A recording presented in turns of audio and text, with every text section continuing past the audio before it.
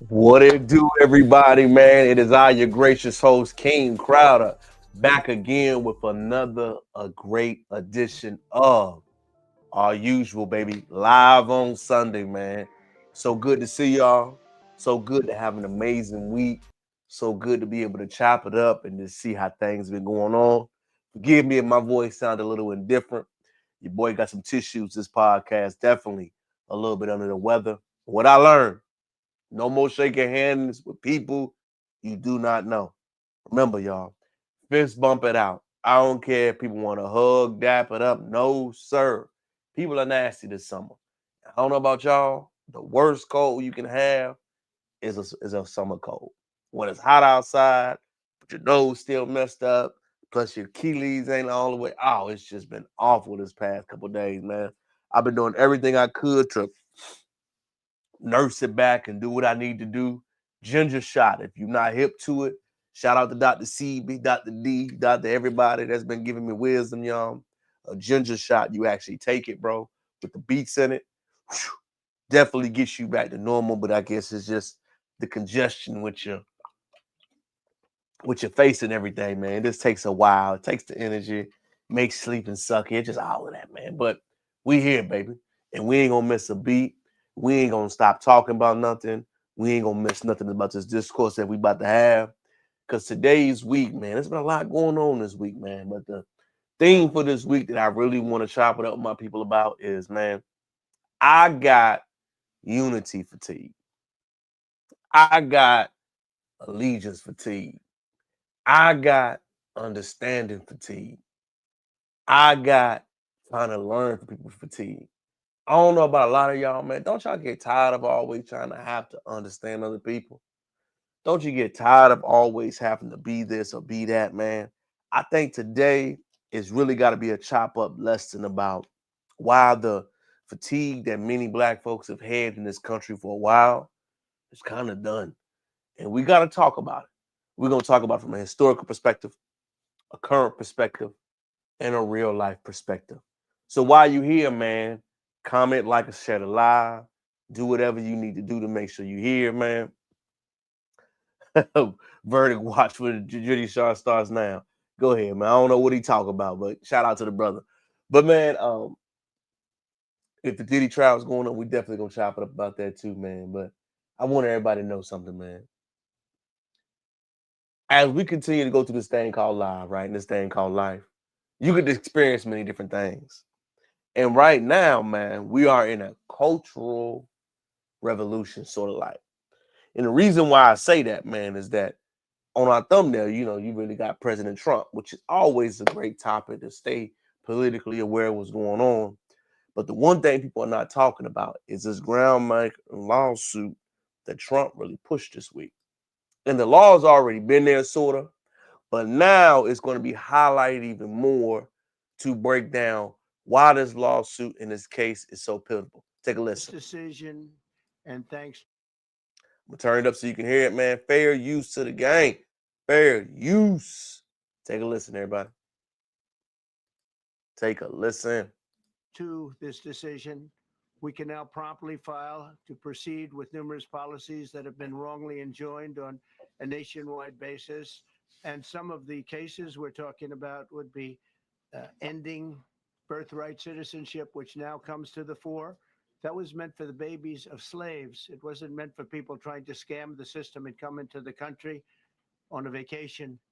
This was, in fact, it was the same date, the exact same date, the end of the Civil War. It was meant for the babies of slaves, and it's so clean and so obvious. But this lets us go there and finally win that case because hundreds of thousands of people are pouring into our country under birthright citizenship, and it wasn't meant for that reason. It was meant for the babies of slaves.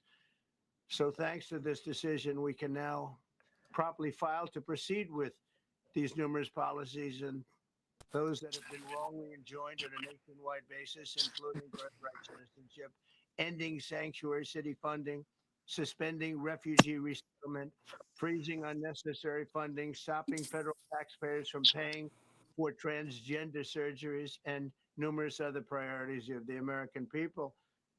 We have so many of them. I have a whole list. I'm not going to bore you, and I'm going to have Pam get up and say a few This And man, shout out to my dog Mike for coming on in, man. But I'm gonna play that first part one more time that I think a lot of people keep missing, man. Take a listen. decision, and thanks to this decision, we can now promptly file to proceed with numerous policies that have been wrongly enjoined on a nationwide basis. And some of the cases we're talking about would be ending birthright citizenship, which now comes to the fore. That was meant for the babies of slaves. It wasn't meant for people trying to scam the system and come into the country on a vacation. This was, in fact, it was the same date, the exact same date, the end of the Civil War. It was meant for the babies of slaves, and it's so clean and so obvious. But this lets us go there and finally win that case because hundreds of thousands of people are pouring into our country under birthright citizenship. And Man, Mike, you heard about this lawsuit, and Trump is making nationwide uproar. I mean, I know it's controversial, but hearing that information in real time, and I would have never thought in our lifetime we would see something this category. It's huge. It's coming. And to be honest, he didn't lie about what he said. No other Nah, country. what he my bad. I was Dive about in. to say No, what he dive in. said was very truthful. It was meant for the slaves, and like they kind of piggybacked off of it. Like if you know you from Mexico or you from a different country and your child is born here, they are automatically citizens. However, it's the same in other countries too. If you are born in that country, you are automatically a citizen because you were born on that land. Now, what I don't like about it is like, say somebody's born on a military base, he is not including that as United States soil, but that is the definition of United States soil. No. I But I think what mean, I got mixed yeah, feelings about it, T. no. I think for me, Mike, I think he's drawing clear lines because right now it's been unclear. You know that, Mike. It's been unclear for Yeah. far too long. That's the main thing. I don't think you're wrong Since about before we were born. since Since before it's before we been were murder born, and it's been it's in our been life wild. in our lifetime we've seen it exponentially grow and the problems have been worse. So I think he has to Hmm. take a overswing. Remember, y'all, the pendulum is this way. To get it moving back, I have to overcorrect. So, like you saying, there's a lot of gray area that he's going into that he's definitely going to have to address. But to just get the car back on the guardrails, Mike, you gotta do something crazy. Because, like you said, Mike, I mean, I'm gonna keep saying it again, Mike. It's a lawsuit going on in Texas right now, Mike. I don't know if I got to chop it up with you about. We discussed it last week. Why does a cashier have to be bilingual? Right. I should be But able think to about say it, though, twelve Mike. ninety nine. Mike, but I had to think about that. But that is a discriminatory practice. Think about that, Mike. For a job to tell you that as an English speaking person that you must be mandatory bilingual, how is that not discriminatory? It is because how many of us regular American citizens are bilingual? But that's what I'm saying, Mike. So I believe all of this laws, we got a lot of stuff coming down the pipeline that we ain't addressed, Mike, for real. A lot of stuff. Like I said, we thinking about it in our lifetime, Mike. Should it be required bilingual for high school kids? Should it be required? It should be optional. I agree. But should it be required that a kid has to get in a mandatory job? I think that's kind of crazy, right? I don't think I don't think they should focus so much on Spanish because you know they Right. focus on Spanish and French, right? I think Yeah. it should be more like business languages, which would be Mandarin and Facts. like other Asian dialects. I think it should be more on focused on business. I mean, and to be truthfully speaking, the Spanish that we learn in school, if you're gonna teach me Spanish, right? I don't want to learn Spain Spanish. I don't want to learn proper nosotros vosotros. I don't want to learn that. I want to learn how to talk to my brothers and sisters across the border in plain Spanish, in plain they colloquial language. I want to learn that. I don't want to learn how to conjugate verbs and stuff like that. I want to learn if I'm down in Mexico and shit get hot and heavy, I want to learn how to speak that shit so I'll be good. Or if I'm in like Ecuador or Honduras, somewhere where that is needed more than the language of Spain or and then it's the French, right? French language. It's not the French that people like in Canada, Quebec, or anything that they speak. It's actual like French, like the actual from France, and our neighbors to the north don't speak that French at all. No, Our Haitian exactly. brothers and sisters don't speak that French at all. So I just feel like if we're gonna have it in a school, then it first of all it needs to be the language of business, which right now is Mandarin, and different Mhm. dialects of Chinese, What and you're saying is or real. That's a and real or conversation. That's a real and conversation. or if you're gonna teach a Hispanic language, let it be the colloquial language of the people, not the Spaniard. Because how many of us are going to Spain? Not near, not a lot. So, Well, but you you would gotta be think more this. beneficial to speak. But no, I believe with the Mandarin point wholeheartedly. But I also think, Mike, too, they're not trying to compromise with them. That's the whole point that they're, Mm, and it's kind of a tough conversation to have. Today's live, Mike. Unity it's not real. We're pushing unity on black people, but we're not trying to unify anywhere in this country. They're not. mm, There's open season on either you're gonna get down or lay down, Mike. That's basically 100%. what everything is about. Either you're gonna assimilate, remove your flags, speak the English language like we want, or you going to fuck back home. That's what they're I'm saying, gonna Mike. tell you something that bothered me, bro. I'm gonna tell you Go something that ahead. bothered me, and it's about assimilation. At work, right? It Mhm. was Juneteenth, and it was Gay Pride, like both together. The one Man, thing that I don't like, and I'm gonna tell you, and I'm not hating on the gay people at all, right?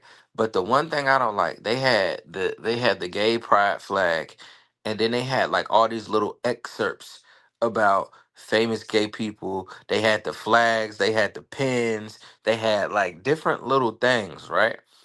When it came to Juneteenth, all they had was the flag. Like, where was the historical background? Where was the people? Like the little excerpt of the people that made it possible. Like, I just don't. And I'm gonna be real with you. And a lot of people gonna hate that I say this, but why do we have to share a week?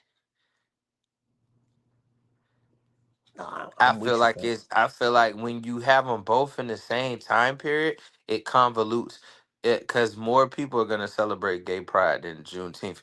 But at work, I mean, and just may be my job, but I'm pretty sure it's everybody else's job as well.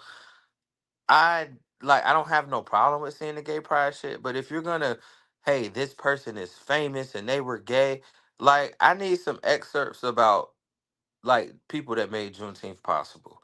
I need some famous people that had constructed Juneteenth or was the reason behind Juneteenth. I just feel like them during the same week convolutes Juneteenth, and I don't like that. I don't like Well, that at all. the one thing, pride is the whole month. Why is it Yeah, emphasized so much around Juneteenth? That's a hell of a speculation you bringing up. That's a great yeah, because I'm conversation. talking about it was emphasized. Like, okay, if it's the whole month, then we need to be cool. But on that week, I think being that it's the whole month, on that week, I think Pride need to take a little back seat for What Juneteenth. I also think, Mike, we need to stop doing holidays because of that reason. I'm cool with us not observing no holidays at work, Mike. Give me the day One off. hundred I'm cool percent. with it. Let's One not put hundred nothing on percent. the wall. Let's just keep it thugging. Let us get the day off, Mike. We ain't got to say happy nothing. I ain't Or got let to me talk get the about holiday happy. pay. You feel me? That's it. Do you care, G? That way we ain't No. got to worry about it. Because I agree with you. It gets too, because people have agendas, Mike. Let's keep it real. Whatever you align, if that's what you focus on more, that's cool. But if that's what you focus on more, I prefer this, Mike. Let's not talk about no holiday. Let's keep work. Mm-hmm. We ain't got, I'm gonna give you the time off while you here. We talking about work only, Mike. Whatever holidays, whatever holiday. Mm-hmm. That way we can alleviate all of it. I don't give a damn about none of nothing. Work. You got the days off. That's what you. I'm for real, Mike. You gotta be that way because, like you said, everybody got an agenda at the end of the day, and that's for real. What you bringing up, what you're saying is some real stuff. But how do you toe that line? How do you approach that issue? Sexual orientation, religion, politics at work, Mike. You can't talk about it. You know that. What's good, so Yeah, you you offend can't talk people. about it at work. You can't. It's just So, a never ending issue, man. Like I said, it's one of those topics, dog. How do you talk about it? What do you say? Do you bring it up? How do you bring it up, Mike? And then, bro, I feel like I offended so many because like they was passing out flags and pins and shit. And they was like, "Yeah, we're gonna decorate the office and put this on everybody's computer." I was like, "Nah, don't put that shit on my computer. I'm cool."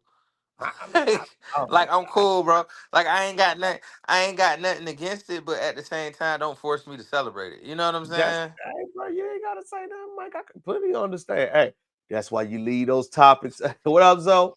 Mike talking about today, man. He got unity fatigue, Zo.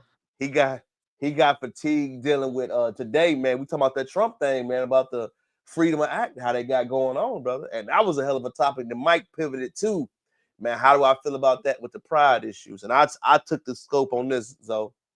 Let's stop celebrating holidays because everybody got agendas. While we at work, dog, let me go ahead and do what we gotta do. Let's go home. You feel me? Y'all don't celebrate Juneteenth. I don't celebrate Pride. I don't do St. Patty's Day. We gonna keep it thugging like that. Celebrate the crib. Right. And I agree with Mike. It's too hard to manage it. So how do you touch it? I Yeah. mean, you feel what I'm saying? Like I don't like If touching the you mic. Like I if said, it's gonna be equal, let it be equal though. You know what I'm saying? If it's gonna be it equal can't be though, and Mike. they doing this, yes it can. Yes it can. How? Cause why ain't bro, like that just showed me that the administration at my job was like partial for the gayness. And that's cool. But if you gonna ride for the gayness, you gotta ride for the Juneteenth. You got the flag up in the lobby when you come in. Yeah, I just would you like to right. I see mean, more. I would like to see more than just the flag. Like I to me, I was I and I'm not trying to be fucked up, but I'm like I got excerpts in the elevator about gay people yeah, and the gay people that are famous. I was like, okay, cool. I said, but you got the Juneteenth flag flying. Let's have some Juneteenth excerpts. Let's understand what Juneteenth is just as much as you made me. You made me understand what gay pride is. You made right. me look up. You made me read these things because it's in my face about the people that gay that have contributed to the United States. So let me understand about Juneteenth and the contributions of Juneteenth. That's all I'm saying, bro. That's No, it. I want to I see ain't disagreeing with equal amount of flyers. I want to see equal amount of flyers. I want they had like a whole little takeaway little table where you could take things for support. I want a little table underneath the Juneteenth flag with little takeaways of support. That's all I'm saying. I agree with you. I agree with you. Oh, what Zoe say? You would know people advertise Juneteenth, but they do not like on the low. That's facts. That's facts. Well, this is gonna lead into our next topic, Zoe, and I'm glad you brought that up, Mike. I'm gonna get your opinion. I had to speak on this, y'all, but your boy apologized. But I want to get y'all take. California, New York, DC, Miami. I want y'all to take a listen. OT got in an interview and said, I'm gonna continue to say the N-word. And what you gonna do about it? This is a question I always have for people that say, hey, we ain't Latino. We can continue to use racial slurs. We all one family. I want you to remember something. Why is disrespect only allowed one way? I can continue to say something, even if some people disagree with it, but I'm gonna say it so I can disrespect you. But if I choose to use a racial slur towards them, it's deemed disrespectful. That is because most people view disrespect for most people one way, meaning I could disrespect you, but you can't disrespect me, no matter how you feel or how you think about it. And I'm gonna say something. Me and my dogs or anybody else that's around that heard that, it would have been game time. Because I always like to remind people how you feel about one thing and you don't speak up on other things tells me exactly how you feel. So I don't know why people are surprised by it. But Mike, take off on the subject. Mexican OT got in the interview and said, I'm gonna say ninja. And what y'all gonna do about it, Mike? Are you letting a Fuck, Latino call you out the N-word, Mike, and say your name? nah, cause I don't. I'm gonna Take be off real on with that you. I don't subject, even Mike. like. I don't need like motherfuckers saying shit close to the N word. Like I'm gonna be real with Mm. you. This hits hard. This hits home because who the fuck are you to say what we gonna do about it? And for the black people that was in the room, you should have slapped his ass. And if you did, shame on you. Say you the Well, problem. You part of the problem. For the females that was interviewing him, and he said, and this is the thing that he said he was looking for a fight. He said, "Is there any black dudes in here?" They said, "Yes, a few." He said, okay, first things first, what are you gonna do about it? A nigga should have came across that camera right then and there and slapped taste from his mouth. 100%. But niggas be scared to stand on business. And I don't understand because me and my homies stand on business 100% of the time. Secondly, I don't care if you grew up and you did this and you did that. I don't care, bro, because for real, just because you grew up with me don't mean you understand my struggles. Just because we was in the same hood and we was had the same disenfranchisement, that don't mean your disenfranchisement was similar to mine. That just means you grew up in the same neighborhood and you dealt maybe with the same shit. However, for you to say that we ain't gonna do nothing about it and you can say it because you can, it's crazy. And that leads me to a story. If we don't check this shit, bro, and I'm gonna tell you how I checked this shit. I had a guy at work. He is from the UK. He is from a town outside of London, and it's me and another black guy in the office, and he was telling us a story. And when he told us the story, he looked around like this and was like, "Hey guys, I guess because I'm not like gangster or a thug or you know what I'm saying? Like I'm not threatening or me or the other guy. We're educated college graduate black men.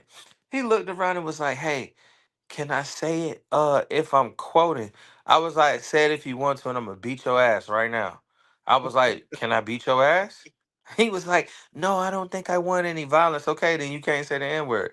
You could say it if I immediately following you saying it, I could beat the shit out of you. Be my guest. That's your option. If you want to say it, you get hands put on you immediately. He thought about it and was like, "No, but people don't understand." Like he was like, "I'm just quoting. I don't give a fuck if you quoting. I don't give a fuck if you don't know. I don't care. I am putting pause. Too many of us let it slide, and I think that's why So we Mike are the at plumber, where is that we. what I'm hearing? Yeah, bro. I'm looking. Mike I the want plumber all the ain't smoke. turning down no flames. Is that what I'm hearing, G? Bro, bro, I and the other black nigga was laughing, bro. But I was like, yeah, you could say. He was like, really? I was like, yeah, if I could immediately beat your ass, that's the cost of saying it. And he thought about it, T, and he was like, no, I don't think I want to say it. But he didn't even understand that quoting it from somebody that you know that's black is racist. I was like, bro, you can't say it ever. Not quoting it, not in the song, not rapping no lyrics. You can't say that ever. And that's what we need to be standing on because if we all was standing on that, and I know some black people, bro, that let white people say it in the confines of the crib and then be like, oh, you just can't say it around other people. We need to start giving passes. Nobody get a nigga pass. Nobody. Well, I'm Unless gonna you tell you. black. Mhm. I'm gonna tell you my take on it, Mike. And this is Texas, where I live, Cali. What's up say? I'm not calling disrespect on them because now I can't call them and see people when we will bleed the same in our parents, but it shouldn't be disrespect each other either way. It's too much racism in the world. Fair thought by Zoe. Justin, I don't think assaulting people just because they're racist slaves should be encouraged. Bro, hold up. Wait a minute, dog. So Who are you, what you ain't gonna Justin? put your paws on nobody, just the facts? Is somebody using a Bro, racial slur? Is that what we hear? But let me go, Mike. Let me respond to just the facts and Zoe. I gotta ask y'all a question. If racial harmony and we were so aligned, why is it that New York, California, DC, Miami all voted against reparations? Study, claim, or check. If I am your friend, if I am your boy and I back you and we are family, Mike, why am I voting against something that will help my family member out? If it's true that racial harmony is not a problem in this country, if it is true that we are post-racial society and Mexicans and Latinos happen to love each other, right? Why is it that when reparations claim came about, 70% of Latino community voted against it? I would like to know why that is. And I want Cali, New York, Texas to explain that to me, Mike. Why? If my family member is going to get help and they are owed something due to a government system that oppressed them, why would my brother go against me getting help, Mike?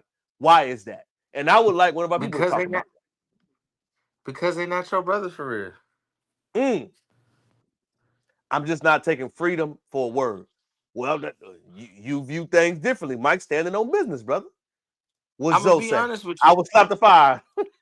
So say go stop. Exactly. Sometimes, bro, you got you. Are you really gonna go to jail? Because at the end of the day, y'all both going to jail. But Nigga just the said facts and calling. Zoe, I want y'all to answer that though. Do you think if that was my family member for real, why aren't they supporting the reparations claim? Just the facts and Zoe. I would like to hear y'all take on that because no one wants to see other people see down than they up. That's a great take. Mike, what's your take on that? If we family, Mike, if we unified, why are you voting against my family receiving something if we know they are old? If we're family. Because if we family and we're unified, as you say, then we would not be unified because that would give you a leg up on me. So are we really family, Mike? No, cause I'm gonna be honest with you. If somebody I know and I'm cool with is disenfranchised in any way, and the government was willing to make it right, I'm not gonna hate. I'm gonna be happy for them. That's the main question I always have, Mike, when we hear that whole unity, we understand each other. I don't give a damn about what you do publicly. I care about what you do privately. And Right. privately, when you in your home, privately when you voting, privately when you stand up to make these laws, you telling people how you feel about black folk. I don't care about the music, the songs, what you trying to act like you agree on. But when you got your voice and you're supposed to speak up on things and legislation that impacts people's lives coming around, and you say, nah, I don't support that, you ain't my family. So we You only never family when you benefit from it. you never We only supported it to begin family with. when you get something from it. What's that called, Mike? Fake love. So it's okay when you do it. Fake love. It's a problem when I do it. So we not family for real. We only family when you benefit. I got it now. You benefit from saying the N-word in your songs. You benefit from getting something from us. So we are a trading zone for you, huh? We are a beneficial factor, huh? That's what it is. I got you now. Mike just opened up another lube. What you doing? You changing cameras? Hold on, y'all. Let me switch Mike's camera out. Hold on. Bad. You good? You good, man? There we go. So I exited out the other one, you but good. So like you said, man, I wanted to be on the iPad. It's a little bit better. yeah, you good, fam. But like you But said, man, when we see stuff like that and we're seeing it in real time, I want people to understand that's the real big problem we got. People are benefiting, Mike, from different laws. They're benefiting from multiple things. Undercover hate, Zozo on fire, as always. But we had these real conversations, and Mexican OT is a great example of it. I get to benefit from your culture, Mike. I get to right. benefit from your style. I'm not acting like a Latino rapper. I'm not acting like a Latino man rapping. I'm mimicking you, but I can disrespect you, but I can't disrespect you back. The That's crazy, the big thing about it. Take off, Mike. Take off. bro. The crazy part about it is this: they just was finished saying that they wanted us to. Hey, why you guys not blacks not speaking out about us marching? Why y'all not Uh-oh. saying nothing about us doing this and us doing that? Why y'all not helping us when President Trump said, "Go ahead, ICE, take them all out"? But you ain't never said, "Yo, slavery was fucked up." From a Latino perspective, we don't appreciate that, and we stand with our brothers and sisters on getting their reparations. We will never support you because you ain't really you fake supporting us. I think that's why unity fatigue is such a big deal, Mike, our title. I'm tired of unifying people that ain't unifying with me, Mike. Not when it's convenient. 100%. You can't show me love when it's convenient for me. You got to show me love all the time. You got to 100. show me love when it's uncomfortable, when you're tired, when you're hungry, when you don't feel like it, Mike. I don't want you to show me love when you want to show love. You got to show love 25/8. Bottom line. And your last submission on the subject, Mike, before I take off on another interesting subject that I think needs to be discussed, brother. I Your want to last go back. I want to go back to what Justin Fact said. Go Justin, ahead, which I'll pull up his comment. Which one? That one right there? yeah, All right, go yeah, ahead, that take one it right off. there. It's and I don't want you to think I'm about assaulting people, but when is it gonna stop, Justin? If you say nigga and you a different race and you get punched in the mouth, I bet you won't say nigga no more. Sometimes we have to go to the far left extreme to stand on what we believe in, to understand that we don't, to understand that we have to get, I don't want nobody to get hurt, but sometimes you gotta rock somebody to let them know you serious, my boy. And And mm, Malcolm X said, Martin Luther King said, an eye for an eye, and we turned the no. Malcolm Malcolm X said an eye for an eye. Martin Luther King said, turn the other cheek. How many cheeks do I have to turn? They didn't slap me in my face. They didn't whoop my ass. They didn't put the dogs on my. They didn't put the dogs on my ancestors. How long are we gonna turn the other cheek until it's an eye for an eye? Or how long are we gonna have to stand on business where we might have to bust somebody in their shit to let them know we serious? what Mike and Zoe always tell people this. We grew up in the world, y'all, as men, where you squabble it up. We have gotten so removed from it because of the internet. How many times we shot a fade growing up, y'all? Disrespect was there. Million times. So many men are comfortable being disrespectful online that they don't understand, y'all. Consequences come in real life. The squabble up should be mandatory. Shout out to Aaron the Plumber. What is he lying about? He not, bro. The Real men. squabble up should be mandatory. I ain't saying poke you. I ain't saying shoot you.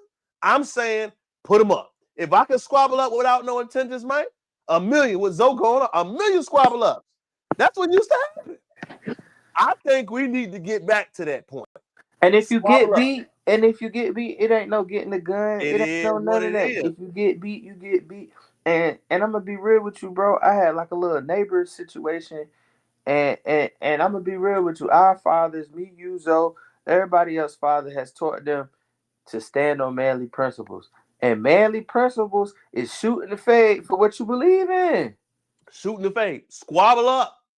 And I'm gonna Hey, be real. hey, the I had a work. situation, bro. Nigga was talking shit, talking all this craziness, and I was like, "Come on, bro. It's Slap the time to whole tribe. stop. It's time I'll to boil it stop back at talking." you, Mike. Philosophically, you given a power that you hate dictate your actions. The real fight is higher. Build, rise, and outlast ignorance. That's how you win. I just ignorance. I I understand what you're saying, brother. But what you have to understand is that we live in reality. You were speaking above a philosophical differences. Man to man, you know if I'm in your face, you can't disrespect me without an action happen. So many men are used to being online, saying something. They forget that the squabble up is mandatory. We understand the charges, Justin. We understand. And guess what? We beyond that. Sometimes Justin, it might be worth the charges to put hands on you.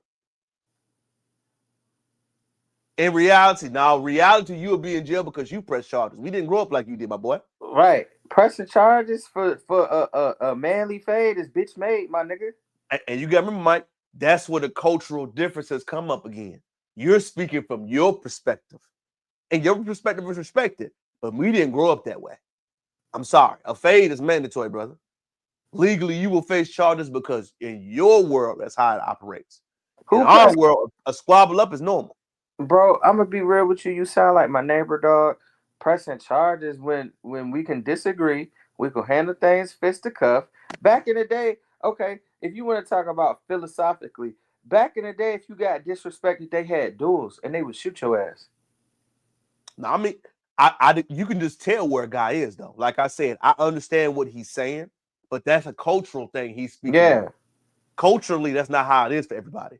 And just because you say it is, that shows me that you're short-sighted. That's right. all And that tells me. Which is good conversation. But I know a friendly fade a is hard friendly to fade friendly is a fade. friendly fade. A fade where I fight, you fight. At the end of the That's fight, it. we good. That's it, brother. And that's what most men are missing now. Most men are immediately going to pressing the charges where they don't even want to address the fade. I That's the real issue. I think pressing charges is soft. Oh, for sure. For sure. 100%. And I'm not talking about you, Justin, but if you can't manly fade somebody and that be it, and y'all squat, like sometimes differences go to the fade. Like Well, I'm it is gonna say this, Mike. It is soft because in reality, you still have to learn how to protect yourself. God forbid if something happens and law enforcement is not there, you're gonna let somebody put their hands on you and not know how to protect yourself. 100%. You can press charges after the fade, nigga. Like You gotta learn how to defend yourself. you gotta fade it sometimes. And there is no like I said, I hear what you're saying, I get it, but I wouldn't read that comment as a potential woman or somebody you're dating, and you don't know how to defend yourself. No one wants to fail because they're about to get embarrassed. Guess what, son? I agree with you, but at the same time, so I say this all the time. It's okay for you to be embarrassed. But if you are a man in this climate, you can't defend yourself, and you're out here trying to date, be with women or etc., it's gonna be hard for you to last. Hey, Remember you win. What that. Pop say? You win some, you lose some, but you live to fight another day. Hey, big facts. I'm gonna tell you something else, y'all, that we gotta address, man. That this is another topic, Mike.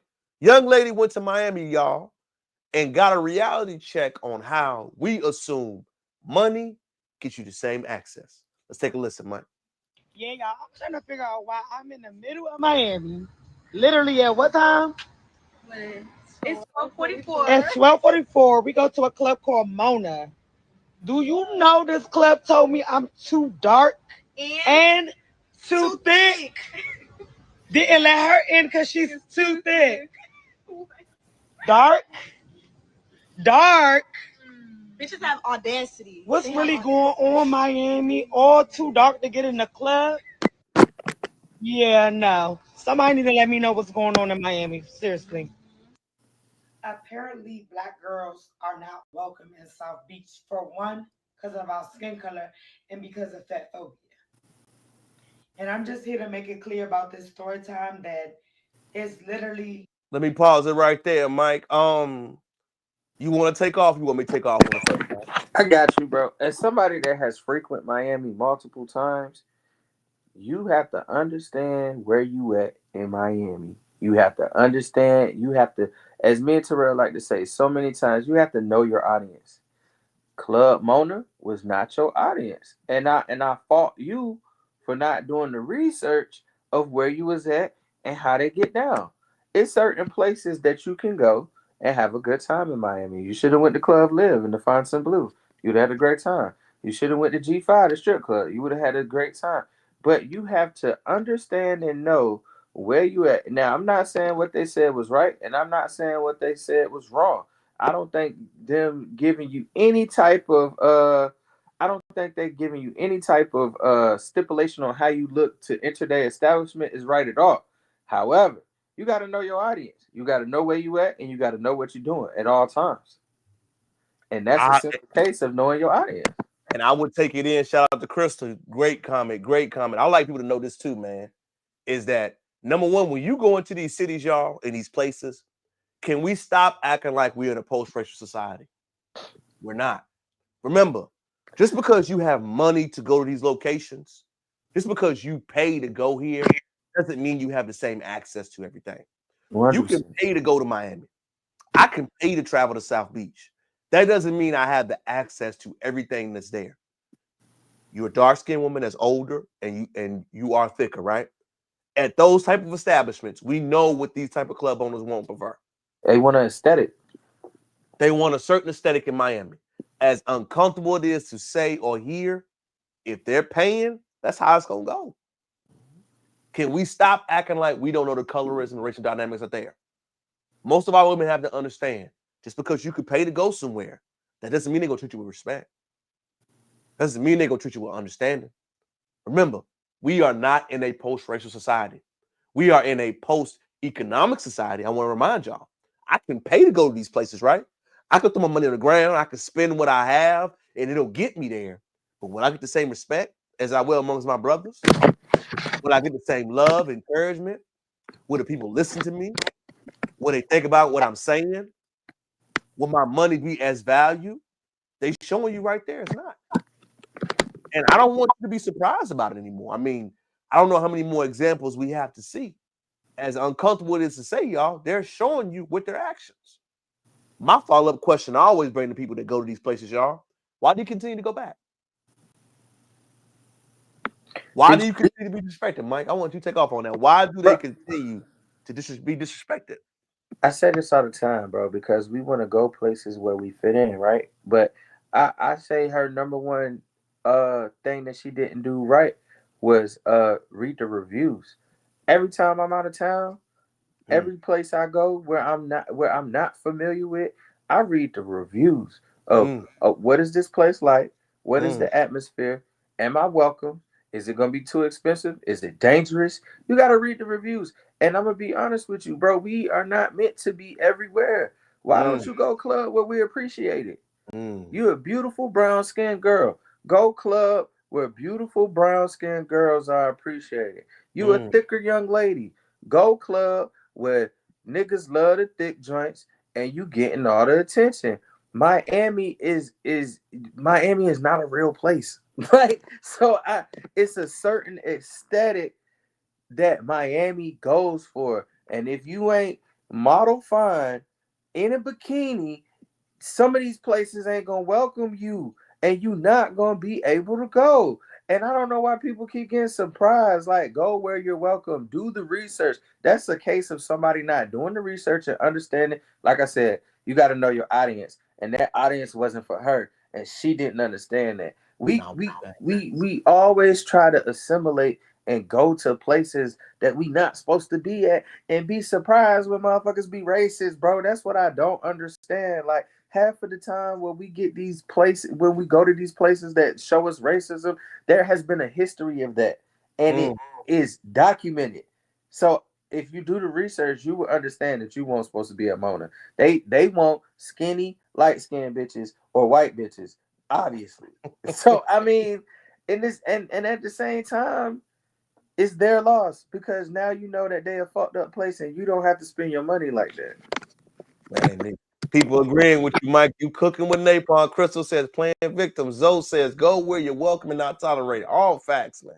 I think the biggest thing for me too, y'all, is that can we stop acting like Miami's black anyway now? It's Can we not. stop It's acting like it now? Latino. Miami has been popping in a minute. Why are we still going there heavy? Miami ain't been popping since 2015. Mike, am I tripping? It's been gone. Why are we going there expecting other places to be popping? Let's stop going there now. Can we stop that way? That's what I want to say about it, Mike. And I'm honestly just surprised, man. Like I said, I'm not trying to play the sister or act like that. We just got to know what times are going right now. We got to know what to expect. And when you go online and make comments, y'all, you got to know that people going to be disrespectful. You know what I mean? Just like this part of disrespectful, Mike. Man, Mike, Kendrick's verse, Zozo going in is aging like fine wine, y'all. I don't know if y'all seen it, man. Lord have mercy, Mike.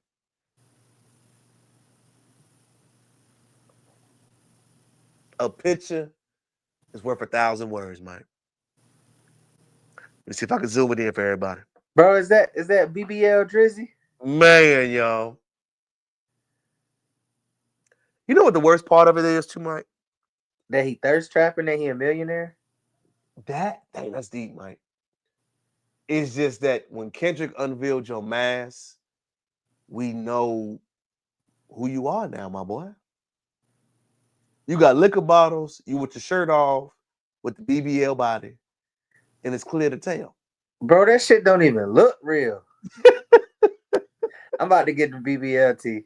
You about to Crystal said there's so many places for us to get the hype. They should have put up all of that. Oh, you ain't lying. You ain't lying, Crystal. You on fire. Hey, Lauderdale be lit. It do. Mike, take off on your boy, man. I'm sorry to show that man's shirt so much, man, but Bro, Kendrick's verses have aged like fine wine, man. Bro, it just shows that you are out of touch, my nigga. You as an artist, you doing everything but making music. You showing your parlays online. Man. You showing your wins and your losses. You just, bro, they already joked you about the BBL. Then you gonna thirst trap with the BBL with your bar. Like, bro, we don't want to see you with your shirt off. We want you to come back with this heat. You gone. You done. You done, son. As my dad would say, you're done, son. Like, it's So sad, I bro. don't want to see that shit. Right, bro. So we had to show it for the for the audience. So we had to show my thing is the this. BBL, the V12 engine. What did Kendrick say? The V8. That Hemi. You hear me? He went and got the BBL version. And that Metro beat hit harder now. BBL Drizzy. Hey, I'm not gonna lie though. BBL Drizzy. Hey, fuck working out. I'm about to get the BBL, cuz. You are stupid, man. You know why? You know why it don't help more, y'all? We nobody older, man. You know what it shows me, Mike? You ain't got no second moves lined up. None. You ain't did no growth, no mental work. You ain't got nothing going on. You ain't got nothing you've been trying to do. You ain't trying to be a daddy. You still want to be playboy like you 25, bro. Bro, you old. And You 40 now. bro, why aren't you making music? Why aren't you making movies? Why aren't you doing other things? You thirst trapping. And I Mike, didn't even know we still was thirst trapping. I want to say something. We are officially in the young boy, little baby era. Drake, that era has been left you, fam. You are part of the Wayne Kanye era. You older now, fam. Bro, you're a We are father. officially in the young boy era. Young boy, why me? You are not the leader of nothing. And it makes it worse because you try to compete with them. And they looking at you crazy. BBL Tracy. It hits so much harder now. Tracy. It hits so much harder now, man. It do. Because you can't unsee that stuff, man. Then you dropping an album and the album gonna be garbage, Mike. We know it's gonna be garbage. Bro, I am not expecting any. What I thought a real man would do, T. All right, I got my ass spanked. Let me go ahead and get in the studio, come out with some flame, come out with some heat, maybe even disappear for a little bit, come out with some heat, come out with some movies, come out with other business ventures, some real estate, some anything. Anything. To show that I have matured and have grown and the beef is over and I ain't playing into what these niggas saying about me. Like, damn, dog, you thirst trapping? Well, you got to remember, Mike, you're speaking as a man that has trajectory and is working on things. He has already shown me through his actions, Mike. He ain't doing them for the hoes. Let's keep it real, y'all. But that's a He corny is nigga, chasing the hoes. bro. That's a corny nigga that don't get bitches for real, bro. That's a corny nigga. That's a I gotta do this, doing it for bro. Mike. You motivated. Bro, you a millionaire. Why you thirst trapping? The money don't unlame you, Mike. No, that's a fact. I know Kendrick gave us so many quotables, man. I know Kendrick gave us so many. What Zoe going in? I'm scared for my life. Her eyes hurt. Legally blind. POP. Hold it down. You stupid. Hey, Zoe.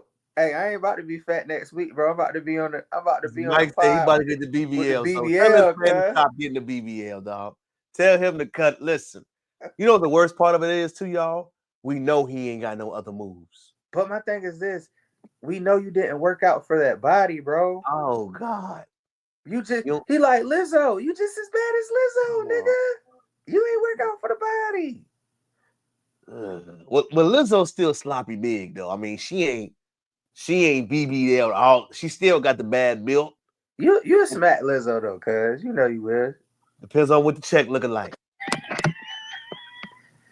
Lizzo seem like she a freak. Don't do it, Mike, please. I'm getting the BBL next week. Oh no, he better not. I'm trying to tell you, I'm gonna be on here flexing. I'm gonna be on here flexing my fake muscles and everything. Listen, bro. Hey, look, the arms don't even look right. That's what got me the most, y'all. Like the arms don't even look right. And then, y'all, this is the second part of the picture where you gotta laugh at it. Mike tell me he'll get the BBL. The second part of the picture is this. Like, bro, I used to 2025, dog, you dropping a winter album about what, fam? About how I lost and I still hurt from it. Not Lizzo, dog. I don't know. Don't forget, Lizzo is making girls eat each other out, putting bananas in there. Lizzo got some problems, man. I don't know about that, bro. I guarantee you had a good time with Lizzo. Guaranteed. I don't know, bro. Remember, Lizzo was making girls do crazy stuff, man. She got some little mental health problems now. It's okay. It's okay. For real, my Crystal on fire. End up a complication that can cause you. Yeah, you can lose your life behind that stuff. You're right. The BBL, Crystal, listen. It's okay, Crystal. I'm just gonna get the lap band in. I'm about to do the Ozempic like everybody else, my nigga. I'm tired of being a fat boy. Mike. Yeah. I'm about to have a fake. Hey, but I'm gonna do it better. I'm gonna do it better than everybody else. My arms gonna match my body. Oh my God, dog. You are terrible. Listen, be fat and happy. It don't matter, G. You still that ninja. Long as the mouthpiece is there, don't be like Drake. Don't be like Drake. Drake 45 getting the BBL. It makes no sense. Bro, you know what amazes me though? What's that, man? That money don't make you cool. You still corny. Bro. You gotta remember, Mike, you still gotta deal with you at the end of the day. You don't change. People forget But that. you Mike. could Money don't change. you could buy lessons on being cool. Can you though? I don't know, bro. So you crazy. Lizzo will get the. What am I missing about Lizzo? Y'all keep talking. Listen, I She don't a know what it is. freak. Come on, man. She a freak. What? She a freak. I bet you Lizzo get down, bro. Lizzo Man, probably but mad. it's just the attitude, though, man. Y'all dealing with the attitude too to come with No, smashing and leaving. it. You can't leave that girl alone. She might put hands on you. She big too. She might grab you. Hey, look, she could pull up on that D line. You feel me? Hey, bro, I was can, watching. look, Hey, she can pull you down. Rest in peace. Oh, the Godfather, bro. I was. It's Kevin Samuels. It's so cold, bro. y'all. I don't get it. Y'all keep telling me about the freaky. Look, I just don't see it, bro. It's her actions. She had her whole ass out at an NBA basketball game, and she was big as a Buick. See, but my thing is this, man. You got your ass out the game on them seats. Ugh. Yeah. You know it got to be, man. Them seats a little sweaty. You know they just wiping the thing. They ain't cleaning the detail. You know what I'm saying? Bro, like Zoe said, stone cold freak. I'm not here for the attitude. I'm here for freaking. Zoe, you a freak, dog. Zoe said you and Mike might be at the Diddy party. Is that what I'm hearing? Was y'all at the Diddy party, Zoe? Was you and Mike at the Diddy party? Let me know. Was y'all in there too?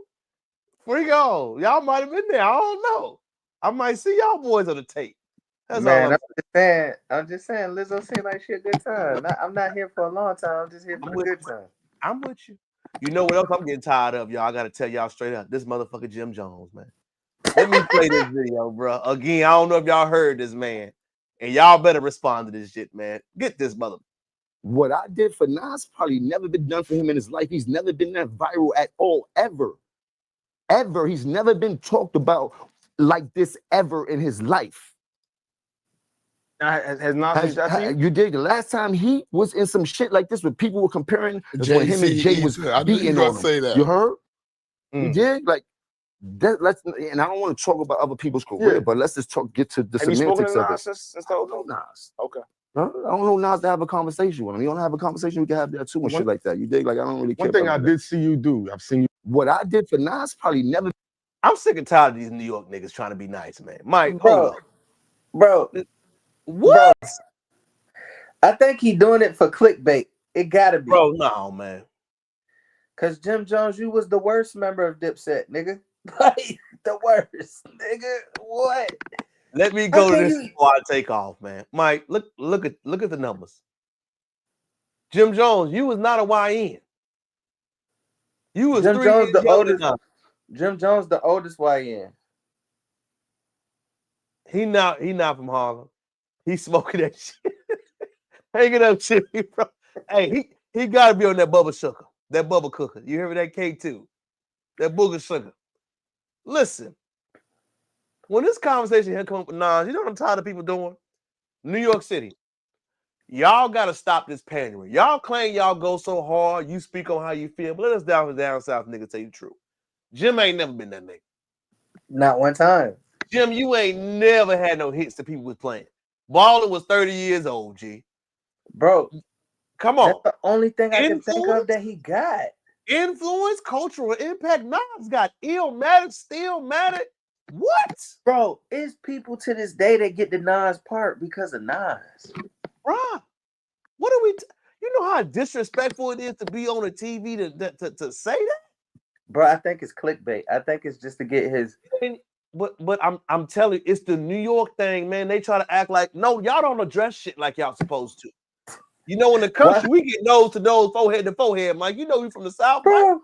Bro, why them niggas hype him up, though? Why ain't nobody You know what I'm saying? Come on, Jimmy. Come on. Ain't nobody say, hold up, what the fuck you talking about, bro? Ain't nobody say, bro, you on that booger sugar? You on that coke? What's going on, bro? That's the problem with New York, bro. I can only think of one Jim Jones song, and that's Ballin', bro. It ain't even that, man. You ain't nowhere near as good as that man. Hey, role players don't talk shit about stars. Nah, it's about to come out with this. Listen, it don't even matter, y'all. Role players don't have no business talking about starters. You on the bench, cuz. You ain't top 5 in Harlem. Bro, he the water boy. You ain't top 10 in Harlem. Bro, he ain't top about? 10 in New York. You talking about one of the greatest albums ever? You know, and where's everybody else saying something? New Yorkers, where y'all at saying Jim need to chill out? Maybe they scared of Jim. You know, they say you go. Man, we seen Jim get folded up like origami on camera. Y'all know you remember that. Now I was about to drop Chris. Bro, it's the audacity. And that's got you ain't lying. You ain't lying. And then that guy was like, come on, bro. But bro, so I don't care about no couple songs. He ain't got albums. Nas got platinum albums, y'all. What? He don't have none. Come on. Like, that's the biggest cultural difference I say, man. Y'all let people say stuff crazy. Ain't nobody saying, bro, like, what is you talking about, fam? Nobody on the podcast was like, my nigga. Like, what? Nas, one of y'all great. That nigga need to go ahead and marry Chrissy Lampkin and shut the fuck up. Man, listen, man. That nigga's listen, Jim. You was not young neither, bro. Stop acting like you tapped in with the young. If you not with young YB and them New York niggas have zero influence. Let me keep it real with y'all. Let me keep it funky for a second, man. New York, y'all don't have influence. Musically, y'all do not have influence. Stop the cap. If you ain't YB, Memphis, Atlanta, anywhere down south, y'all need to stop acting like y'all got the pool out here in these streets. New York ain't been relevant in a minute. And this is why. Y'all let goofy shit slide. Y'all let Jim come on multiple podcasts and, oh, ain't that great? I'm better than ain't that great of a career? What? Mike, he couldn't come on here talking like that. I'll be like, Jimmy, no disrespect. Shut the fuck up. Bro, what? Like, it don't even make no sense, bro. Ain't nobody I think it's just for entertainment. You know how we got to get on the pod sometimes when we tell the truth about things and say this is for entertainment purposes only? I think Jim Jones is for entertainment purposes only, man. I get it, Mike, because he wasn't even the hardest nigga in Dipset. He wasn't. He wouldn't even. Who was? It was definitely Wells had a run. Cam, like he was the bottom. Like, bro, what? And if it wasn't for role players, talk about Stardust, bro. If it wasn't for Dipset, we wouldn't know who you were. Like, bro, what is we doing, bro? And what makes it worse too, Mike? Everybody from New York saying something about this, bro. Ain't nobody on the podcast be like, Jada ain't say nothing. Jada kind of look at you sideways, fam. Maybe because it's like, bro, when you see some dumb shit, you just gotta. That's some dumb shit. Man, Mike, I don't care, bro. Down south, we address the dumb shit, Mike. We address the dumb shit. We ain't gonna sit right here act like we don't see it, Mike. We gonna say something. That's where the cultural impact and influence comes from. Hey, bro, pull up a skinny picture of Lizzo right now, bro. Oh my God, it's like when Shay brought Cat on the show. Big facts, but hold on. Cat was spitting facts, though, Chris. Cat was spitting facts. It wasn't no cap in his rap. What Cat lie about? Cat shitted on nigga Ricky Smiley ain't shit. Oh, nigga, I watched the Ricky Smiley goddamn stand up the other day. That shit was trash. Oh, Mike going in. I'm gonna tell you something else that we need to spin the block on. Mike, it just popped up in my shirt. Shout out to D on this one, Mike. DDG crying on camera. Hold up, Mike. So you ain't even got no girl. I mean, nigga like me, if I'm 29 or something like that, and I ain't got the time, I just go to that place, do my little 1-2, put my shit in the cup, take a little egg from somebody, throw it in another little body, cook that motherfucker up for 9 months. You know, you can do that type of shit when you got money. That'll alleviate a lot of shit. Bro, that's the definition of a lame nigga with money. Ain't that easy? Ain't that how you do it? No. Let me take off on this one first, Mike. You know what this tells me, my boy? You still know how to admit when you took a loss. Remember when Blueface was in your face telling you that the baby mama, baby daddy relationship is hard, and you was trying to tell that man that you knew better, that you was different, that you knew everything, take your loss, my boy. Stop crying. Stop getting no camera. I could do this differently now. No, bro, you should have did it differently the first time. Bro, and India Love is not your ball. And your ego got in the way, DDG. But your ego's still in the way. Admit that you made a mistake, nigga. Admit that you effed up. Admit that you ain't know what you was talking about. Admit that you didn't know. The worst thing a man could do is double down. You was stupid. Yes, I'm going to keep saying it. You was stupid. You thought you knew the shorty, but you didn't know because you messed her life up. You tried to play baby daddy. You tried to play border patrol. You trying to have fun, lay up, smash. You know what you was doing. But now that she responded, not in the right way, not saying she excluded for how she treating you, but you try to go against the grain and said you knew better, bro. Take your loss. Own it and say, I didn't know better as a man. I got to be better as a man. I got to make better choices as a man. Until you get to that point, no matter what women you deal with, you're going to continue to have the same problem, my boy. Bro, I'm tired of hearing you on camera crying and whining. I'm going to cup. I'm going to get them and cook it up. No, nigga. Own what you did, cuz. You was talking that shit with your chest out. That you knew everything. Now you got hit in your motherfucking mouth by the court system like all niggas do. When a girl put the people on you like all niggas do. Now you need to own it and say, I made a mistake from it. Then you can go on your journey and be a better man. But until you own that, ain't nothing gonna be right, bro. I'm gonna keep looking at you sideways. Bro, he gotta stop doing lame shit too. Like, I don't know if you followed the Streamer University, how he was so stuck on Indian Love and then Duke Dennis was on Indian Love. First of all, Indian Love is I don't know, nigga. I went to Hampton. Indian Love is all right at best. Like, my nigga, you feel me? I just think, nigga, you a millionaire. Like, I don't know. Like, I feel like they should money be gonna unlame you, Mike. Bro, but these niggas be lame with the money. And if you lame, it's cool. Just be lame. But, like, stop trying to portray yourself as cool. And like you said, T, you fucked up, bro. Stop trying to double down on I should have did better.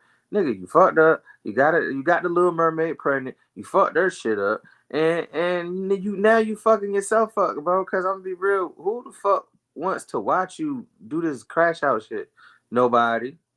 And if they watching you, they ain't your true friend for real. They just like to see your demise.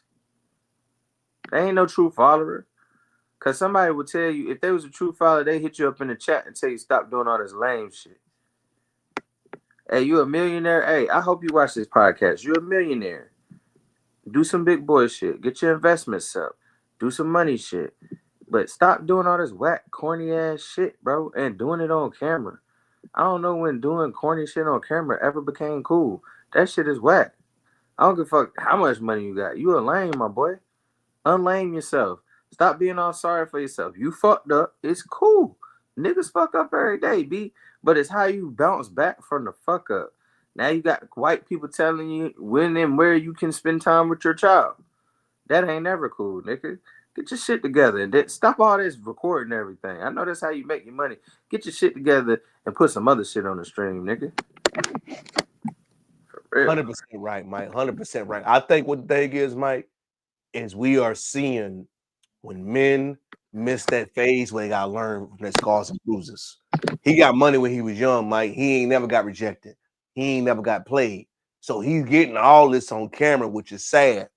But he ain't got nobody in his life put him to the side like, hey, bro, you took a loss with old girl. Why you fighting on her? Leave it alone. Bro, ain't nobody like nephew. It's all right. Like, you know what I'm saying? Facts, though. I'm with you. I'm with you, fam. You know I'm with you. You know what I'm saying? It's just, it's sad that we got to see this in real time because he's going through it. But the only way he going to learn, Mike, is by going through it. That's real talk. Like, and I don't know how he can get past it without doing it. That's the questionable part right there. What you think about that? I think you're right. I think he may need to go to counseling and he may need to just, you know what I'm saying, like, get it together, my nigga. Like, just, it's okay. You fucked up. We all fucked up. We done all fucked up with a shorty, bro. Ooh, Crystal on fire again. It's a difference between 100%. being rich and being wealthy. You right. It's a mindset difference. And we gotta understand too, y'all. What, buddy? 24, 25. I don't think no man should be seriously having kids at that young of an age because you ain't ready for everything to come with. Let's keep it real. He going through the court system and they doing him dirty. Lawyers got to pay y'all big fees, big bills. You still got to go through that. You got to travel. It's a big lifestyle adjustment. But the first thing a man got to learn in his mind, Mike, you got to admit your flaws. Once you vocalize it, once you admit it with your mouth, once you vocalize it with your voice, then you can pivot and make a change. But you beating your head going against the grain saying, I ain't do nothing wrong, that's where you gonna keep having these problems at, man. That's the main thing. The difference is too, like, you not even pausing. You still trying to fuck with all these bitches. Like, yeah. Facts. Well, I mean, he young, Mike. When you young, that's all you think about. It don't really hit different until you get a little bit older. Then you really have to start understanding what it means and what you got to deal with. You know what I mean? It don't hit you until you start to age a little bit and you see it. You know what I'm saying? But who be around these cats, bro? Ain't nobody like, hey, bro, let's chill for a little bit. Let's reset. Let's get you back the way you need to go. Like, right. Nigga, bro, we can't preach enough on this pod how solid your team and the people around you gotta be. Well, I'm gonna tell you why it's so deep, Mike. Why you gotta have solid people around you, because you'll move different. I'm gonna use this as a great example, Mike, to transition to our next subject. Remember how much Kyrie Irving was disrespected recently, Mike? I don't know if you noticed. Kyrie donated $50,000 to Tamir Rice's mama to open up a center in his name. Let's take a listen.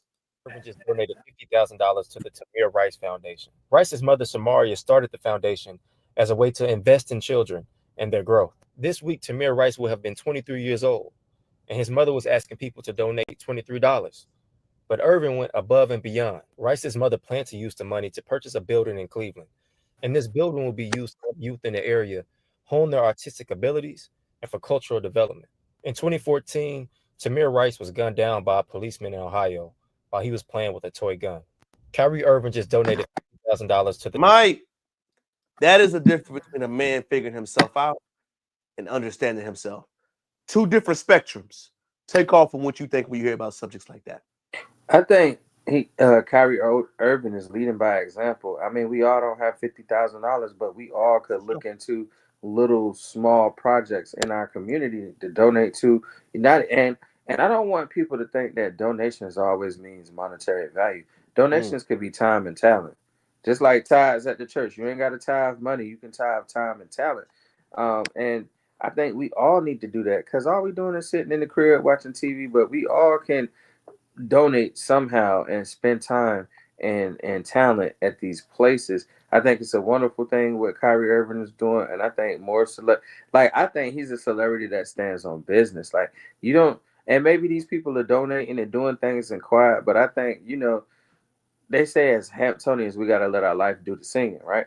I think everybody should let their life do the singing, no matter how small, no matter how big. Like, I just think it takes nothing to help other people out. You know what I'm saying? It takes nothing. It takes nothing. And people think it takes everything. It could be a kind word. It could be a kind gesture. Like I said, if you don't have it monetarily, donate your time. Time can be monetized. You know what I'm saying? Your time with a child, just breathing life.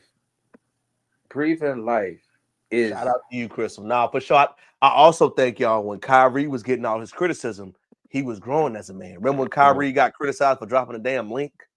Yeah. Remember, he was the first one to say, I ain't taking the jab. Remember that? The jab, man. Kyrie was the first one to say, man, why we got to take that thing? Remember how they was killing him? Bro, and let's talk about that. People was getting diagnosed with COVID, but maybe we was getting diagnosed with COVID because we was letting them put that shit in our nose. Man, Mike, it's a whole deep conversation about it. But again, remember how much of a trailblazer Kyrie was on that subject.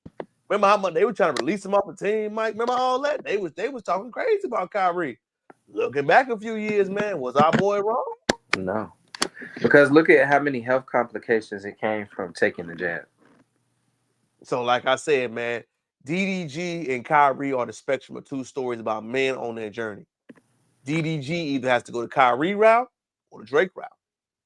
We see both times in real time, right? Don't go the Drake route. We see it. You chase hoes. That's what happens, man. Mike, you asked, and I was gonna show. Lizzo then and now. I need a sexier picture, brother. I mean, Mike, let me see what they got. Where that nigga so at? I mean, Mike, I don't know, man. I mean, them arms, man, I don't know.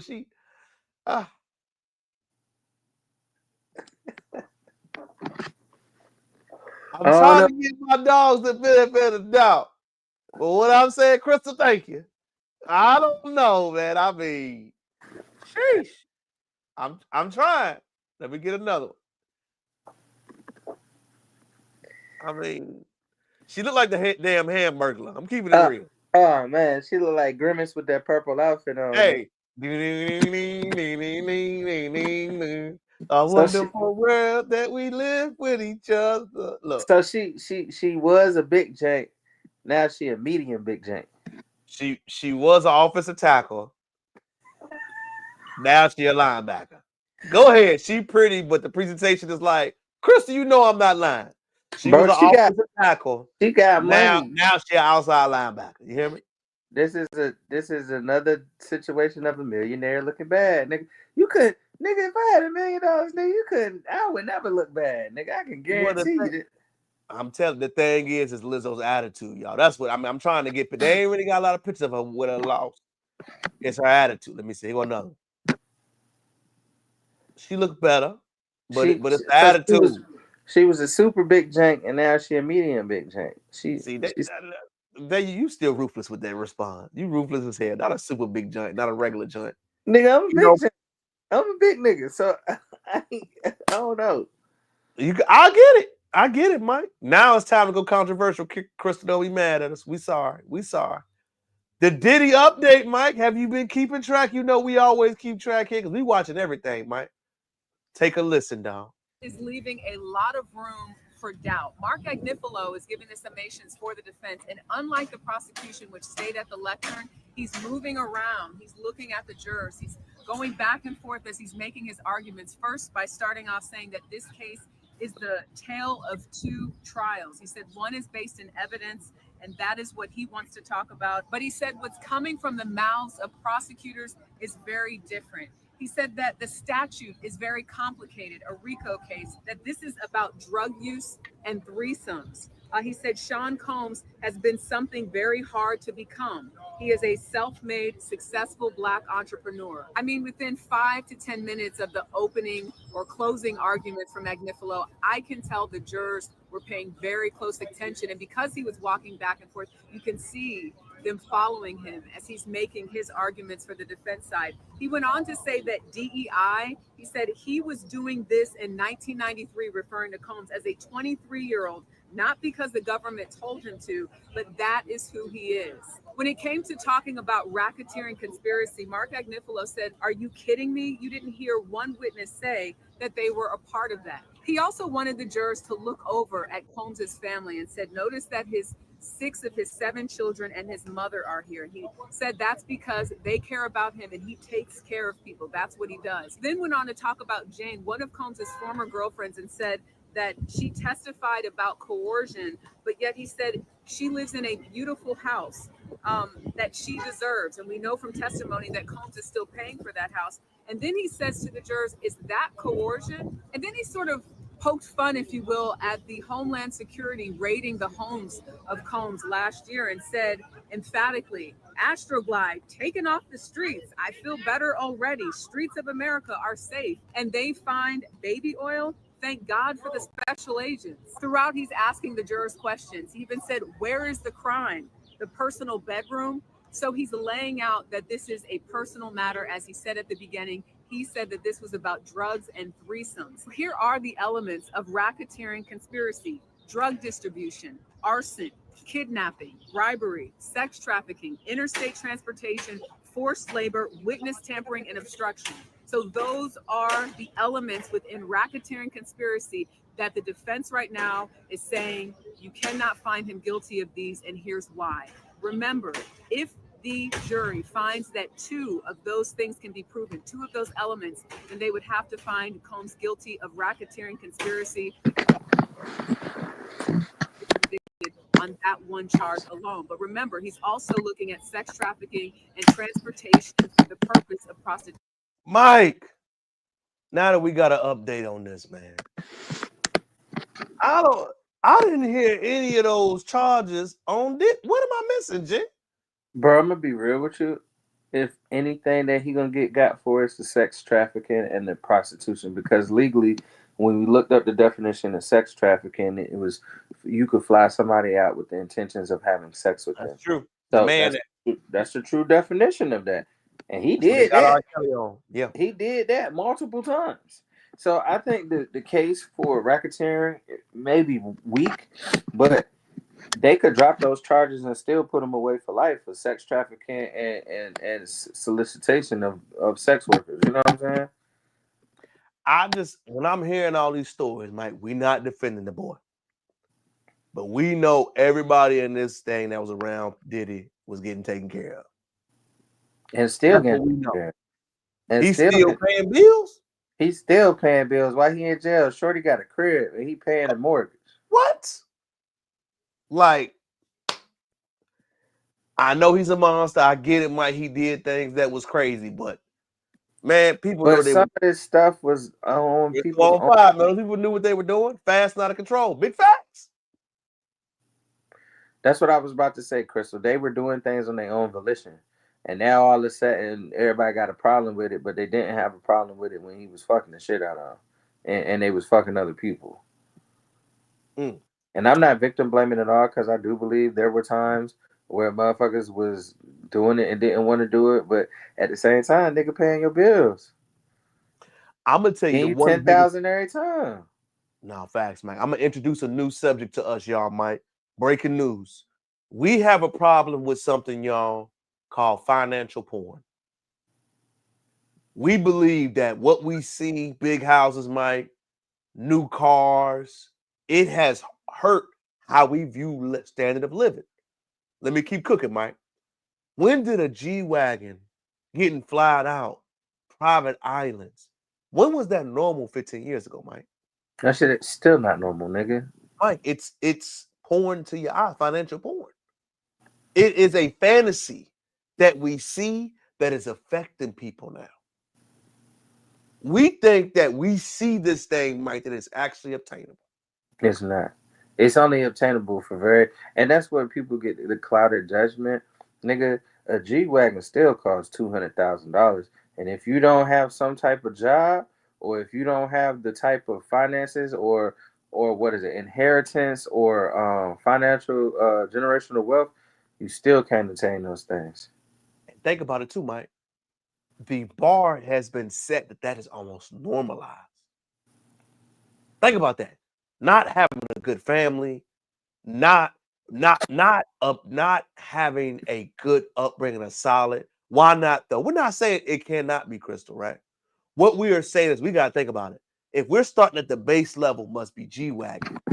What about the people that are happy just to have a normal life? Not saying that we can't pursue those luxury things if we want them. But the problem is right now, we're making that standard the base. You feel what I'm saying? If the base was you can have those things if you overachieve and work for them, cool. But if everybody must have it just to be somebody,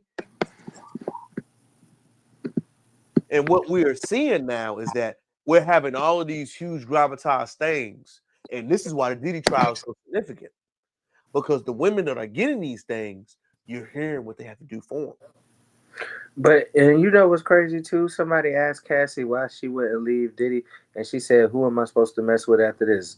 Jay-Z?" Mike, and that's the real part about it, Mike. You know how, and this is the part that a lot of people need to hear, y'all. If you don't come up with that man or woman and they already up, you think they're about to be with you, Mike? If you didn't build with me during my time of struggle and I'm a man that's built, I'm never going to settle down. Why would I? The best place to get loyalty from any man or woman is during the building phase. If they are built, no man is going to settle down. That's a fact. If you don't catch them in college, in his transition phase, when he's ascending, if you do not catch him there, you're not going to catch him at the top. That is the biggest piece of financial P word, Mike, that I mentioned that we keep talking about. And it's so real, Mike. I didn't realize how like it is a normal thing to expect somebody to take you out somewhere on a nice vacation. What? That's not an anniversary. That's not a luxury. That is a standard item now. Oh, we got a problem, Mike. Because if that's not a standard item, what is a luxury item now? Now we got to redefine what it means to have overabundance and access. If we're redefining what the basic needs and necessities are, what are the luxury things now? That's the problem that I see mostly is that, hey, I'm not saying there's nothing wrong with you wanting it, nothing wrong with you getting it. What I am saying is that now that you want it and you're getting it, what are you going to tell everybody else that's been getting with the foundation pieces? So you're going to say, Mike, how we grew up was terrible? Because I just the audacity is the craziest thing nowadays, bro. The audacity, like and I blame the city girls, and I blame Instagram because this shit is not real, bro. People are not getting these luxury cars. People are not. Bro, you don't know their story. They may have this shit and be broke for real. Like, they may have this big house with nothing in it. No furniture, no nothing. It's just for content. And half the time, this shit be rented, bro. I'm going to be 100 with you. I ain't no hater or nothing. I grew up very well. And half the time when people, like, I put it like this, right? How can I put it? Let me see. The analogy that somebody once Shout out to told Jamal. me. What What's I up, mean, I think the Jamal? biggest The analogy told me like this: church, right? mm-hmm. Everybody want to be like Deacon Jones. Deacon Jones drive a Cadillac. Deacon Jones got a beautiful wife. Deacon Jones is, you know, a officer of the church, right? But what you don't know is Deacon Jones got that car on a rental or it's a lease. Deacon Jones go home and beat the shit out of his wife every Sunday after church. But you want to be like Deacon Jones, but you don't know what it takes to be Deacon Jones. You know what I'm saying? Like, we're so worried about the next man. And let's have realistic goals. A G-Wagon is nice. But if you're not making over 150,000, you're not going to obtain a G-Wagon. And that's okay. Well, I think the biggest thing for me, Mike, is that let's say you get with a man that can give you a G-Wagon. Are you willing to be Cassie? That shit might come with wild shit, bro. I'm just telling you, Mike, that's the uncomfortable part that nobody keeps mentioning is like, she got the perks and the benefits, Mike. She And how lived happy is that. she? You know what I'm saying? You know what I'm saying? It's just, she got that. It's the false truth. That's true. And she got those things, y'all. But what does she have to deal with? She got to fuck 3 different niggas tonight. Ain't nothing free, Mike. Not at all. So, like I said, I'm not discouraging it. I'm not saying you can't want these things. I'm not even saying you can't chase. I'm saying do whatever your heart desires. But I want you to understand something. Is that whatever it comes with, the things that we seek as normal now are not normal, man. Shout out to Jamal again. Everybody wants a G-Wagon, though. Nobody wants the car, though. That's a fact, though. Or the insurance. We forget about those things, bro. We forget about how much it costs to maintain. My boy on fire. Right. Go ahead. I'm listening. We forget about, like Jamal said, everybody want the G-Wagon. The car note crazy per month. The maintenance on those vehicles is crazy per month. I mean, or per every time you get an oil change or anything like that. Let's not think about the insurance. To insure one of those vehicles is crazy. Nobody thinks about none of those things. They just want to drive it. Big facts, though. For our next phenomenal subject for the night, Mike, I hope you're ready. Strap in, y'all. Strap in. Strap in. YN destroys Myron Gans on South Beach. YN. Tap in, Mike. Fair use. Take in, y'all. Fair use. I mean, whatever, man. What's up? How you feel about IQ? IQ? IQ. Well, there's been some. There have been some studies out there. There was actually a big meta-analysis on this. I think they spent like $1 billion, something wild. Like they found was in general.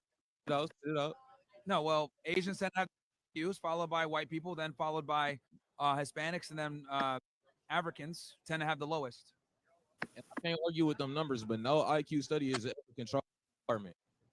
Okay. How can you? The answer is invalid. Like the conclusions are invalid. They don't control for environment. Environment heavily affects IQ. Ooh. Are you agreeing with me right now? Is that your argument? Wait, you changing your mind right now? So your argument is that your argument is basically that it's not controlled for environment, so therefore it's not valid. Exactly that. You agree? Wait, hold on. Did I just change your mind that fast? No, you didn't. Because I tell a podcast in the past where you said, and I ain't even mad at this because I seen the study too. Black people got the lowest IQ, Asians at the top, white people fall in the middle. Mm-hmm. None of those studies control for environment. You take somebody like me, for example, my environment, lead paint in the walls, lead in the water. That environment. It's like, no, you're a human, you're able to make decision. You have will. You're able to decide what you want to do. If you know, look, how can you repeat when all of the conclusions in those studies is false when they don't control for environment? Say that what? How can you repeat that rhetoric? All of those studies, the conclusions are invalid because they don't control for environment. That's like I don't know if that's true, bro. I don't know if that's true. What you're talking about. So you don't think the lead in the paint huge. in the walls in the neighborhoods I grew up in didn't affect how I I'm grew talking up? about is huge. These people are in different conditions. That might affect the outcome of the numbers. Okay, look, I'm 2 for 2 right now, bro. You ain't 2 for nothing. I'm bro. 2 for 2. You're not 2 for nothing, bro. Like, bro, you're not 2 for nothing, bro. Like, the reality is, you're over here saying, y'all, Myron has zero debate skills in real time. That young brother introduced a new theory, and he didn't know how to combat it. Shout out to Jamal. Myron's the type of dude that get into the chick in his late 20s, messed up with only 3 or 4, now he's giving advice and applies to real woman. Facts, my boy. Facts. But I want y'all to pay attention to how he has no comeback for a young dude coming at him. He can't have a comeback. He can't, Mike. I'm going to play it for a little bit more, Mike. I'm going to let you cook. It doesn't account for society. This is a meta-analysis between hundreds of studies on IQ from people all across the world. And what they found is, here's the bottom line, bro. Here's the bottom line. The bottom line is this. Asians score the highest, whites score second highest, Latinos are behind them, and blacks tend to be at the bottom.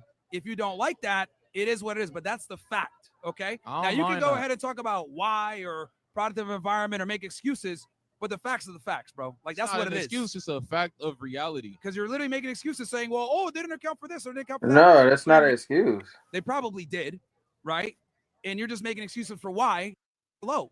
The reason I bring it up because it's a lot of people. And here's the other thing too. Like, you got to understand football, it's people who you cool with who use those studies for some crazy ass, like saying no black people should be in this country. Like, I'm talking about like all this shit like that, right? Those studies aren't even valid. You agree with me on control for environment? So I don't. It's a lot of people. Myron got chefed up. Jamal said YN kept his composure. Myron can't barrel. Most people who debate are too emotional. He typically wins. He cannot beat a YN that's calm. Facts, Jamal. Mike, take off on that subject. Outstanding response by the young brother. That is an outstanding. Well, statistically speaking, he's right, right? You take any of those social groups and put them in the constraints of what the average black person environment led in the. He was absolutely right. Lead paint in the walls, no access to real healthy foods. Everything that the young man said was absolutely correct. You put any of those groups in those environments and those IQ scores are going to be lower than what they are. But what I hate to see is IQ is one form of test of genius, right? That's just one form of test of genius. There's different type of geniuses. And throughout history, you have seen that black has been way more genius than any other group because our adaptability, our musicianship, music is genius. Like being able to create, write, propose, construct a song, play multiple instruments. That's genius. Being able to sculpt, being able to invent, being able to literally teach the white man how to bathe is genius. So first of all, these standardized tests and the things of that nature aren't meant for us to be able to pass anyway.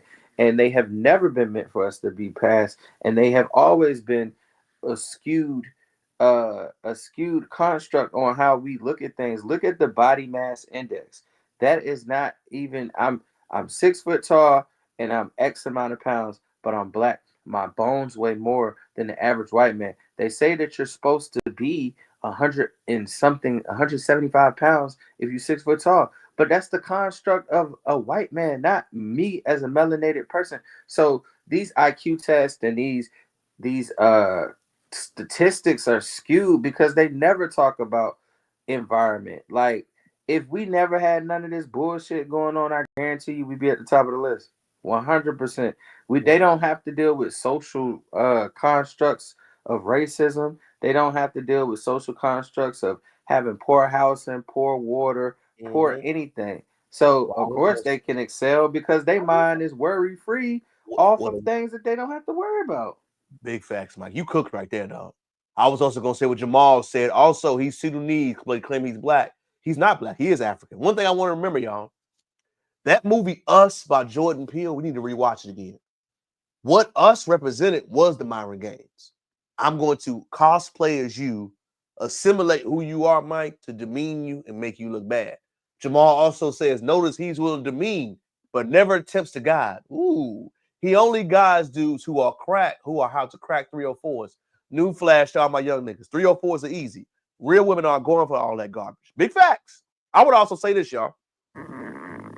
Whenever you are presented new information and you don't have a follow-up conversation, that lets me know you're not well read, you have talking points, and you do not know how to combat things. He only stuck to the talking points, period. He kept going back to the statistics say. Again, Mike, you have no second move. Once your move is taken away, what can you do next? That's why I love music, Mike, sports, because in real time, you have to adjust. Correct. You have to adjust what's going on. You got to adjust to the new playing field. You got to adjust to the new strategy the team is giving you. Myron was taken away from his special move. Like he said, oh, this is the black, whatever, right? Now that was debunked in real time, because Mike, if environment is not into that, it's a false study. Yeah. It's flawed. Because their economic level, social settings, none of that. Their mindset is different because they don't have to worry about what am I going to eat today? Am I going to eat today? Maslow hierarchy of needs, Mike. If your basic needs aren't welcome, then you will have more issues to come about. Absolutely right, brother. You're 1,000% right. You're 1,000% right. And I love that, man. Man, Mike, I'm going to tell you one thing I learned quickly, dog, as you got going on, as you've been seeing, Mike. First off, tell people what you got going on this week, man. Tell them the good news. Tell them Mike, hey, everybody, I don't even think I shared with y'all, man. You did, man. That's why I'm giving you time. I got the job, y'all. I'm working with Amazon now. They about to fly me out. I'm actually about to fly out next Sunday. So we gonna have to figure out how we gonna do this because I'm gonna be on the West Coast, but I still would like to do this. So we'll figure it out. We'll figure it out. I'll be in Seattle, but your boy is a big time manager at Amazon. God is good. God is great. I cannot take any credit for this because this was strictly God, and He showed how He is and showed who He is through allowing me to prepare to the best of my abilities. And I'll tell y'all this: God can only open doors that a man can close. Because I'm gonna tell you the truth. I got an email say I didn't even get the job. Come to find out, I got the wrong email and I got the job. They sent the email. The door was closed. I had already moved on. I had even texted Terrell like, yeah, bro, it ain't work out like I thought it would. I don't understand why. And the crazy... He getting flued out for sure, Jamal. He getting flued out twice. All expenses paid. Flued out twice. He got to take the picture with the camera moving like this. But I just say all praises to the Most High. And I will say this. If you do not believe in God, God is real. If y'all only knew my story, if y'all only knew how I had to go down into the valley, I was going through a Job season. And if you don't know about Job, go ahead and read that book in the Bible. I was going through a Job season where he literally took everything from me to see if I would fold, break. Terrell know the personal. And I'll just say this. You don't know how much I have climbed out the wilderness just to get back on the top of the mountain. Well, I'm going to tell you this, man. Shout out to the artists that left it this year. Young Scooter. Mike, it goes like this. I made it through the struggle. I climbed that out there gutter. Did a letter to my mama. Hey, it's the truth.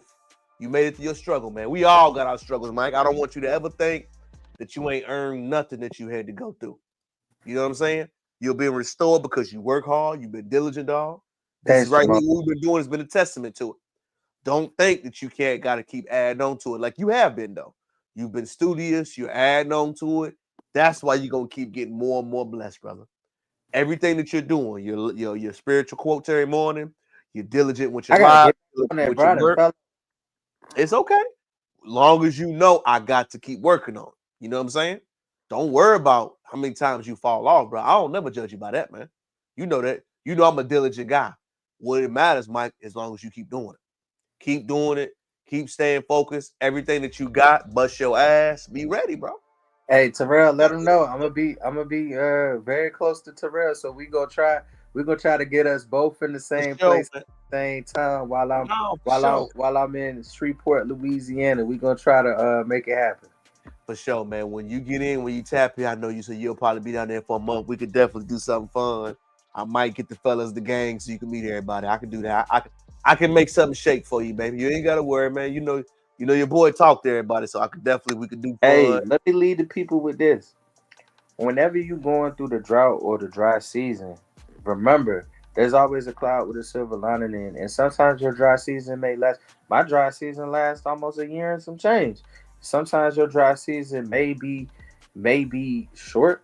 Sometimes your dry season may be long. But the moral of the story is don't you take your eye off the prize, and the prize is God. Look from the hills with cometh your help. I promise you, you may be down in the valley. However, you're going to be at the mountain looking down at the valley eventually. Don't ever give up. Don't lose hope. Don't lose faith. God is in control. And the reason why he's taking you through the valley is so that you can sing the praises to him at the mountaintop, and so that you can pull other people through the valley from what you have been through. Remember, what we go through in life is always to help somebody else. So the things that I went through is always to reach back and to pull somebody by their bootstraps and help them get up the mountain. Remember that. Don't be selfish. Help others get up that mountain. That's the main thing, bro. And like I said, Mike, your journey now is to help other men that you got. Help people assist people in your journey. Spread your word, spread your love, and continue to keep grinding, family. So tell people where they can follow you at, Mike. What you got going on for the week? Hey, for the week is 4th of July. You know we don't celebrate that, but we gonna cook out and eat and just celebrate life. Not the independence of America, but just being alive. Because we may not have this independence tomorrow with everything that's going on. So, celebrate each day as it was your last. We're going to be chilling. And then at the end of the month, end of the week, on the 7th, I'll be traveling. And you guys see me in Seattle. Maybe I'll do the podcast from the Space Needle. Hey, my dog. Well, congratulations, Mike. Good to see you, family. See you until next time, next week, live on Sunday. Peace. So my boy Mike checking out, man. Congratulations on this new job, this new opportunity, man. Always celebrate your homies. Remember this, y'all. Celebrate your friends. Celebrate their accomplishments like it's yours. The reason why is how you get blessed, man. Shout out to my dog going through the struggle on his journey. By the way, comment, like, subscribe to the channel, man. Something I enjoy doing, I love doing this week. Locking in, July 4th. Holiday weekend is this Friday. I actually travel back to my small town next week. So I'm excited to see that. Make sure you stay tuned. We got going in. Book recommendation this week, man. I love to give it out. I forgot to do it earlier. The Black Tax. The Black Tax by Sean D. Rochester. The Black Tax speaks on the dynamics of how we are short in businesses and the black people in the society. It was a great book I read in grad school. I always recommend you have something new that you add to your repertoire. As Mike as well as you, I invite Arthur Crowder, Terrell Crowder, things that was my parents would have bought us by your boy. Going in legendary and digital on Amazon. We got it, man. What I got popping this week, y'all? Packing, making sure everything is ready, making sure I can enjoy time with friends and family, checking in with folks, going to see Big Bro. Shout out to Trey Crowder, man. Free the guys. Checking in on family, man. That's the main thing I got going on this week. Check on your family, check on your friends, pack up, get the ball rolling, enjoy the vacation, and make sure you get to spend time with everybody that wants to spend the time with you. It's your boy, King Crowder. for another edition of Live on Sunday. I'm so glad that you can make it here. Continue to share the live, share the work, share the notice. Remember, Black Americans are delineating. The culture is the code. Whatever your thoughts and feelings are, make sure you represent them so boldly. Until next time, out. Hey.